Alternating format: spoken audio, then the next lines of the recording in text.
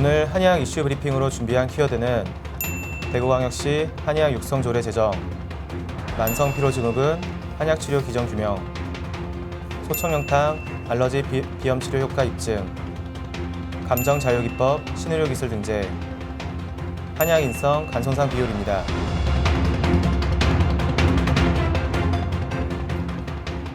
안녕하십니까. 한의계의 다양한 소식을 알기 쉽게 전해드리는 한의학 이슈 브리핑의 최건희입니다.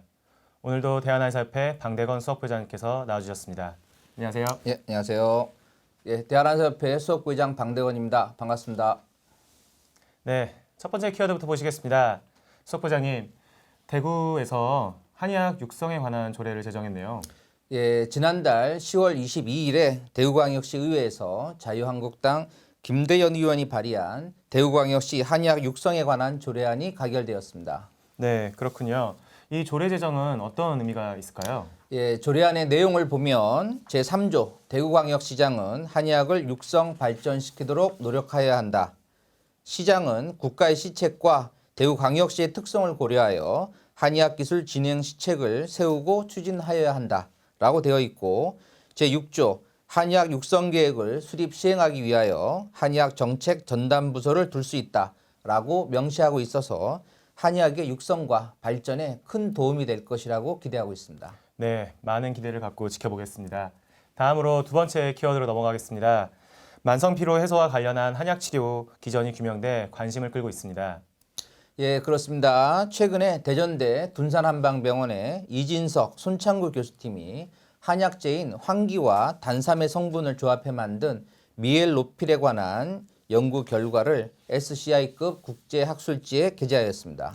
좀 더 자세히 살펴본다면 어떤 내용일까요? 네, 만성피로증후군은 지속적인 만성피로, 경미한 활동에도 나타나는 허탈 증세, 수면 후 개선되지 않는 불쾌감, 기억력과 집중력 감퇴 등이 나타나는 특징으로 인해 환자의 약 30%는 정상적인 사회생활이 어려운 질병입니다. 이러한 만성피로증후군 환자 98명에게 12주 동안 미엘로필을 투여한 결과 53명에게서 육체적 피로와 정신적 피로의 개선은 물론 삶의 질이 호전된 것으로 나타났습니다. 이번 연구 결과는 한의학과 현대과학의 융합으로 만성피로증후군의 치료약 개발에 대한 국제적 경쟁력을 갖게 되었다는 점에서 그 의미가 크다고 하겠습니다. 네, 세 번째 키워드로 넘어가겠습니다. 소청영탕이 알레르기 비염 치료에 효과가 있다는 것이 입증돼 관심을 끌고 있네요. 예, 그렇습니다. 강동 경희대한방병원 한방안이비누 피부과 김민희 치인화 교수팀이 항염증, 항알러지 작용을 하는 대표적인 한약 처방인 소청영탕이 알러지성 비염의 콧물, 코막힘, 재채기 증상을 개선한다는 연구 결과를 국제학술지에 발표했습니다. 더 자세한 내용이 있나요? 네, 연구팀이 통연성 알러지 환자 154명을 대상으로 4주 동안 소청룡탕을 복용시킨 결과 복용 2주차부터 증상 점수가 절반 이하로 감소하였고 간이나 신독성을 포함한 부작용도 없는 것으로 나타났습니다. 네, 그렇군요. 알레르기 비염으로 고생하는 많은 환자들에게 희망을 건넬 수 있는 소식이네요.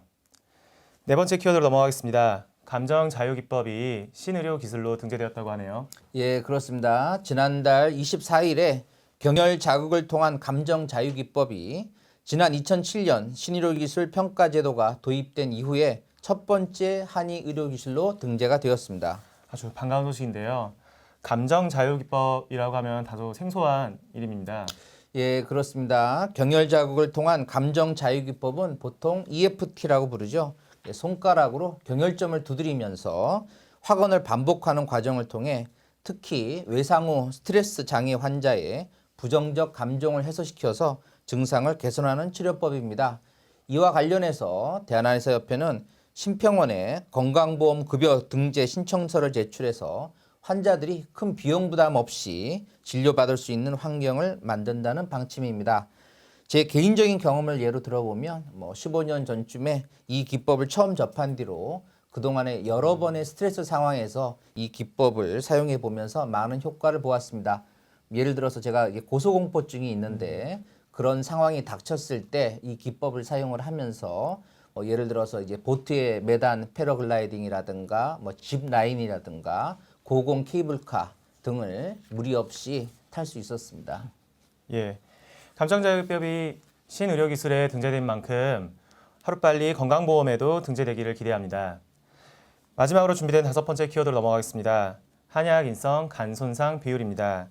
한약 복용이 간 손상에 미치는 영향이 거의 없다는 연구 결과가 발표되었는데요. 예, 그렇습니다. 최근에 동신대 한방병원 임정태 교육연구부장이 한약 안전성에 대한 연구 동향 논문을 통해 한약 인성, 즉 한약 복용으로 인한 간 손상 비율이 양약에 비해 매우 낮게 나타나고 있다고 발표했습니다. 특히 한약 인성 간 손상 사례의 대부분이 단일 한약제를 사용한 경우로 나타났는데 한의사의 경우 대부분 복합 처방을 사용하기 때문에 이 경우는 일반인이 임의로 단일 한약제를 구입해서 복용하다가 발생한 부작용 사례로 보입니다. 예, 이 논문은 국내뿐만이 아니라 세계 각국의 연구 결과가 취합된 것으로 알고 있습니다. 예, 그렇습니다. 우리나라뿐만이 아니고 중국, 대만, 일본, 독일, 스페인 등에서 최근 20, 30년 동안에 시행된 연구 결과들이 총 망라가 되었습니다. 그중에서 독일의 연구를 보면 최근 20년 동안 한약을 복용한 입원 환자 2만 1,470명 중에서 단 26명만이 일시적으로 간 수치가 상승한 것으로 나타났습니다. 뿐만 아니라 B형 간염, C형 간염, 간암 환자의 경우에도 한약을 복용한 군에서 생존율이 유의하게 높게 나타났다는 연구 결과가 여러 편 발표가 되었습니다.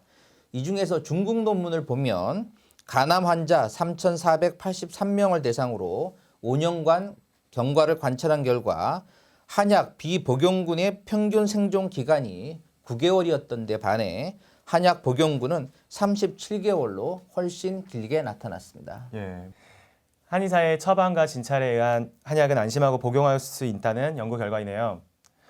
오늘 준비한 한의학 이슈 브리핑 키워드는 여기까지입니다. 석 부회장님 오늘 나와주셔서 감사드립니다. 고맙습니다. 다음 시간에도 더욱 알찬 정보로 여러분들을 찾아뵙겠습니다. 감사합니다.